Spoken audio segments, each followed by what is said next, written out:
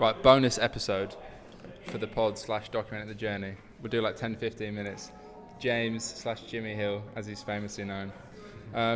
So a few of you know, I've been speaking about Jimmy came on the pod back in February, sold his sick brand Hairburst to JD Group back in September, was it? September, yeah, last year. Passing this around. So him and business partner Henry Gwill. Henry Gwilliam? Yeah, fucking hell. Yeah, Gwill. We've only got one mic, it's going to sound weird. But so we've agreed a deal for Jimmy and Gwill to invest in my brand, Space Goods, which I've mentioned a few times. But I thought it'd be interesting, for the documenting purposes, to basically chat about, from your opinion, why, and I'm still going to sound like I'm blowing smoke at my own brand's arse, which I am intentionally a little bit, but why you think it ticks boxes on paper as a good starting point as a brand, but then what I need to think about over the next sort of 3 to 4 years, call it 3 years, to position it for an exit. Because I feel like everyone that watches the pod that's in ecom, everyone talks about they want to build a £100 million brand, all this sort of shit. You've actually fucking built a massive business and made a lot of money doing it. Most people haven't, or they talk about things that they're going to do, but you've actually done it. So from your perspective, just want to talk about that really, get your opinion. Where do you want to start? I guess, well, maybe from your perspective, why you think, if you do think that Space Goods, you obviously do, you've chosen to invest in it. Yeah. But I suppose actually, first thing, is it, because obviously you've invested in other brands as well, and you probably invest in other ones in the future. Don't all DM him asking for that though, by the way. But is it the brand, is it the business itself, is it the founder, is it the market, what would you look for? I guess in my case and other cases, in an investment opportunity. Yeah, go on then. I think with Space, is that close enough? Yeah, is that going to work? Fine, yeah. I think with Space Goods, first thing was, without licking your ass, the founder. So I think you've kind of done it already, didn't quite work out, so that's like a bit of a plus. You've got a massive chip on your shoulder. Yeah. So I think you'll grind through shit to get there. So I was like, that's like a bit of a tick. I think Space Goods, the type of product it is, I think I could generally help, because it's a consumer product, right? So that's kind of what my experience is in. So I felt like that was quite good. And I was always happy to help you anyway, so I thought I may as well get paid for it if I'm going to invest. Yeah. I just think our skill sets are actually quite different, so maybe that could actually work quite well. I think you're quite creative and a bit loose, and I think I'm probably a bit more operationally minded, maybe, I don't know. So I just kind of felt like I could help, but I also think you're the right person to be the founder, just pushing on with it and growing it. Does that make sense? Is that a fair summary? And then the product-wise, I think we've talked about this a lot, but I think in terms of things I look for, like I've been saying to you the last few weeks, I'm really keen on pushing subscriptions through, just purely from an LTV play, which I think is really important. And we're probably going to be testing things out over the next few weeks about how that can become a big part of the brand. Yeah. Yeah, definitely. I feel like I probably look like I've teed this video up to just be fucking licking mine and the brand's ass, but yeah, I definitely think. Yeah, I think, like I said to you the other night, I think my biggest attribute is probably just a chip on my shoulder and a decent amount of experience, to be fair, which you don't really. I'm now mature enough and probably experienced enough to know how much I don't know, which is the ultimate irony. It's like that Dunning-Kruger effect or something like that curve. Whereas before I was a bit arrogant, probably thought I could do it all myself. Didn't know where my blind spots were, things like the finance. Now I've got an FD in and all that shit, which you're about to speak to after this.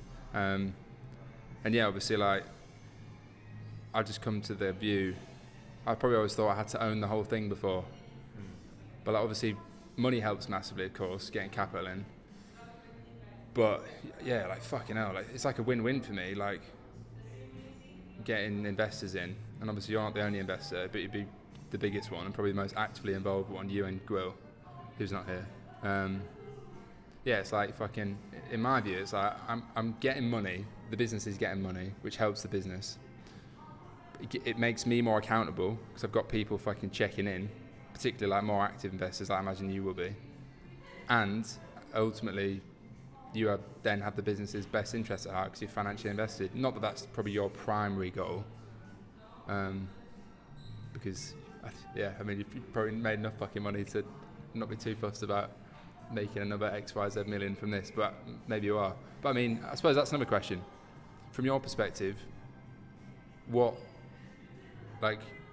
where's the most benefit for you in investing in a brand? Because obviously you're pretty much retired. Like, you're only going to work on stuff you enjoy, I would imagine, to an extent. Like, do you care that much about getting a big return? Obviously, I would imagine you do, but like, what things do you care about?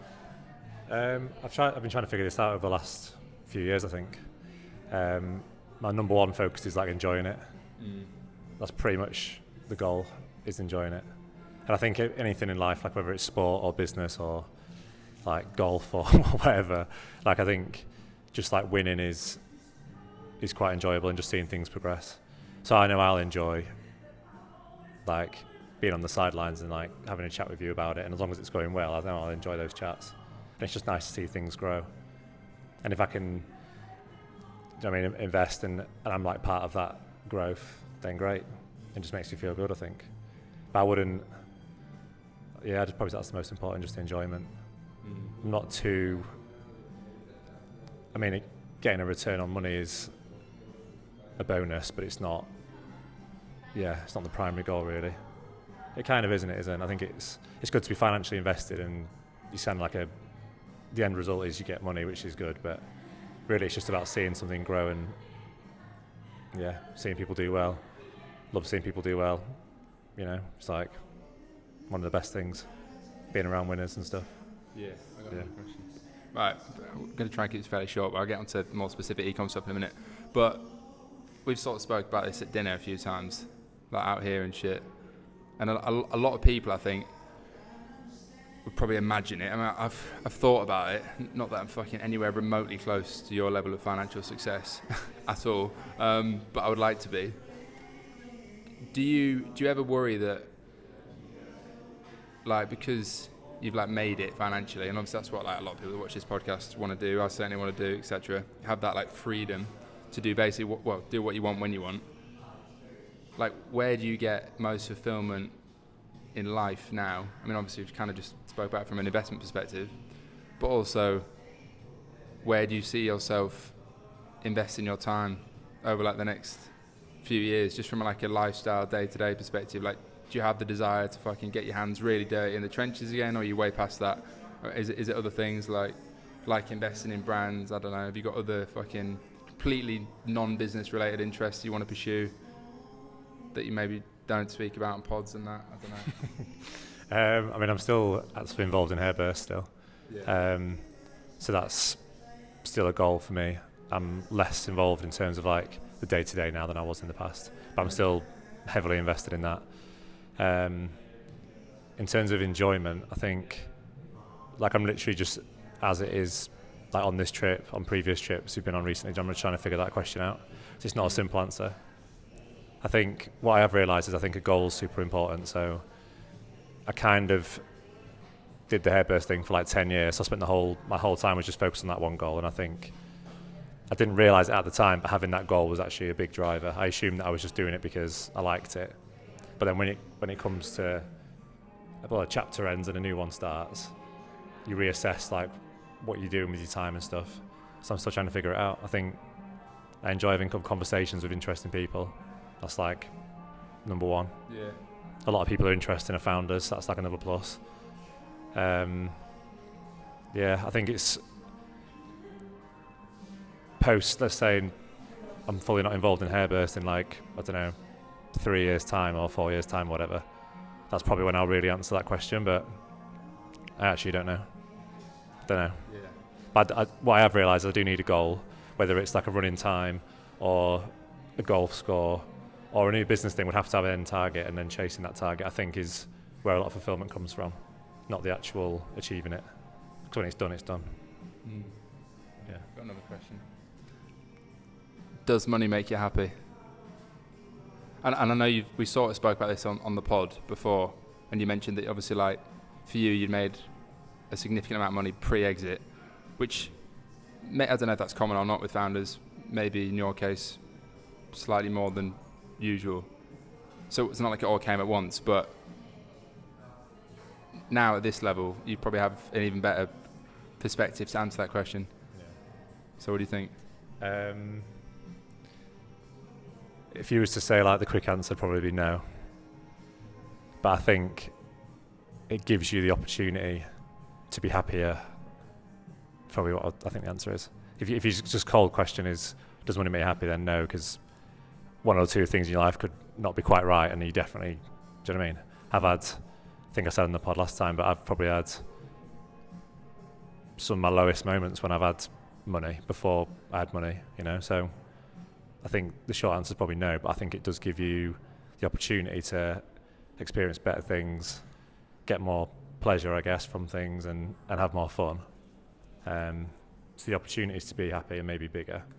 I think a level of wealth is important, but it's not going to categorically make you happy. No. All right, cool. It's probably so much shit I could dive into. If we had 2 mics, it'd be easier. Coming on back to ecom then for a second. Yeah. So obviously stuff you've been speaking about with me, and like a lot of other founders starting brands and that, I'm probably going to fucking attract 1 billion competitors now speaking about this, so don't give away all the secrets. But what for me, say there's a 3-year timeline, so we spoke about that, and that's probably relatively quick, but calling it a 3-year timeline, like say there was a gun to my head and I've got to fucking, you know, get a £30 million exit in 3 years, hypothetically, or, you know, get to a level that's like fucking properly like set for life, like big deal, whatever, whether it's 30, 10, whatever.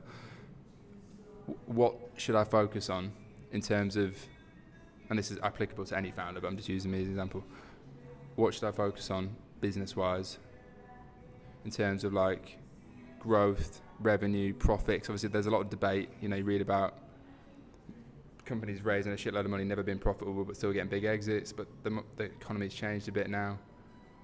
Like, yeah, I guess broadly speaking, what should I focus on? It's probably a very long answer. To get to a point where you've got a very acquirable business in like 3 years' time. Yeah.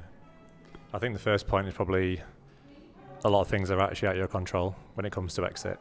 So like the macro environment now is changing with all the stuff that's going on with the economies and stuff. So like post-COVID, like money has to go back into the system because so much has been printed. Inflation's really high. Like the need for consumer goods has probably gone down. So all these things are gonna, for some businesses an opportunity, and some businesses a bit of something that can trip people up. But I think 3 years from now, I think if you're looking to exit now, which obviously you're not, I think it's more of a concern. I think 3 years from now, hopefully everything should be okay. But that's completely out of your control. I think people sometimes ignore that, what's going on. In terms of what you should focus on, I think what I want to try and avoid is like growth for growth's sake, which I think a lot of brands do. So we spoke about, haven't we? But you could have, if you've got that's just simple numbers. If you've got an LTV of 100, but you're paying 80 quid to get a customer, and after cost of goods, you're kind of at a net zero, even though the revenue might be going up. I see it all the time. Like there's a brand I saw probably 4 months ago doing tens of millions revenue, but all the money used to go into Facebook basically. So you're acquiring customers, but not at a profit. It's not a loss either, kind of break even, but you're just kind of pumping it for pumping its sake. You turn the ads off and the business disappears. So the conversations we've had have been around how do we diversify away from just purely ads, which we've spoke about quite a lot, and just trying to increase that LTV as well, and just trying to get to a point where we feel in control of the level of profitability that can be made. So whether that's through retail, other channels, or whether it's through AOVs and LTVs going up as well, and just trying to methodically grow rather than just like throttling it, which maybe is what you did in the past. Because bigger revenue and revenue growth is important, and you want to see that growth, but it's really about what's actually going underneath to make it a sellable asset. I think is what's quite important. Yeah. Yeah. Fucking hell. It's a long road ahead. Trying to think what else I wanted to ask you. I mean, that was kind of the main thing for this little segment. Do you think, looking back, and it's like maybe like last philosophical question, I know you mentioned you felt like do you think you sacrificed a lot of elements of your 20s that you regret? Because maybe, I know you said like you should have balled out more when you were making money when you were younger and stuff. But basically, is there anything you regret from your 20s because you were so focused on the business, or do you think it's possible to have kind of a few questions, or do you think it's possible to enjoy life, travel, have good relationships with mates, girls, whatever it is, while also putting yourself in a position to get that like life securing exit? Because I often battle with this. Sometimes part of me thinks I shouldn't fucking speak to girls. Topical. I shouldn't fucking drink. I shouldn't go out. I shouldn't go anywhere. I should lock down for 3 years and just focus purely on getting that exit. But then a bit of me thinks, well, if I'm doing that, I'd probably be fucking unhappy. Then I wouldn't do my best work anyway. So I guess that's a very broad question. But how have you found that balance? And on reflection, is there anything you would do differently, or do you think it's different for every founder? It's a lot of questions in one, but... Yeah, I think one thing that came to mind when you were saying that was something that I've been thinking about quite a lot is... Something I've been thinking about quite a lot is like the balance between time and age. So like, this could definitely be wrong, but I think I'm going to enjoy age 33 to 40 more than I'm going to enjoy 70 to 77, for example. So when asked with the question like, should you spend money on things and have a good time now, I don't think there's any better times than enjoying your money yesterday, because as you get older, I might be wrong, maybe age 70 to 77, probably still going on holidays, probably still having a great time. Maybe fulfillment is actually loads higher because you're probably more settled, you've got wife, kids, grandkids, whatever, and that's probably a whole new experience. But if you can afford to do both, then why not? So yeah, we had a discussion at me. I thought maybe when I was in my young 20s, maybe I should have not just saved every penny and whatever, you know. But I had my own reason for that, maybe because I was, I wasn't used to having money, so I just saved it. That was kind of like my default thing. So I think that's a fine balance between time, age, and money, and how every day now is worth more than a day when you're older, potentially. That's kind of like the spectrum I think we're talking about. And I can look back and go, well, I spent age 22 to 27, I mean, in Leeds, small office every day, did that way, but it doesn't necessarily mean that's the right way to do it. And I think going forward, my next business, if I do decide to launch another business, I'd just be fully remote from the go. Whether you can, what I've noticed in my younger brother actually is, the challenge then is does your personality suit that type of work? Like we've discussed about being, just in this bit here, it's quite difficult to actually focus. So it's about, if you do travel, positioning yourself in a way to work. So I could look back and go, maybe I did have regrets, but then maybe because I did that is why I managed to build it and exit it. You never really know. Yeah, interesting. Fucking hell. What were we talking about the other night? Time, like how time flies and shit. I feel like I'm getting old, but then you probably feel like I'm fucking young, and it's all relative. And then the next person that's 45 probably thinks you're fucking young. Yeah. But yeah, all right. Final question. And you asked me this the other day. Like, where do you see yourself in 10 years then? Because I mean, I can sort of answer that, but maybe for you it's even more open-ended. Because like, I think I said I'd like to fucking, for me, probably have like a wife and kids and have a massive like private equity fund, pool party capital, and we've just got like a 20,000 square foot villa in Bali and just being like a fucking loose cunt, but making billions with the boys or something. But that's probably a bit more of a pipe dream for me at this stage. But for you could do that tomorrow. So where do you see yourself? 10 years. Yeah. This is why it's quite good doing this, because this is going to be on YouTube for like however long. So we can look back at this in 10 years. Honestly, think right now, I ain't got a clue. But it could be, what I'm resisting is like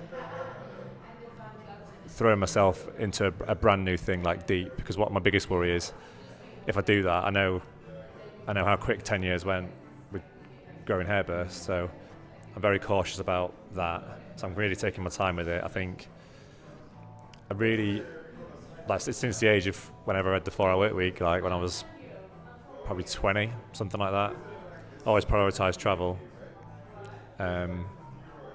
So I'm going to continue to do that. One thing I do think is, like, how long does that remain super enjoyable?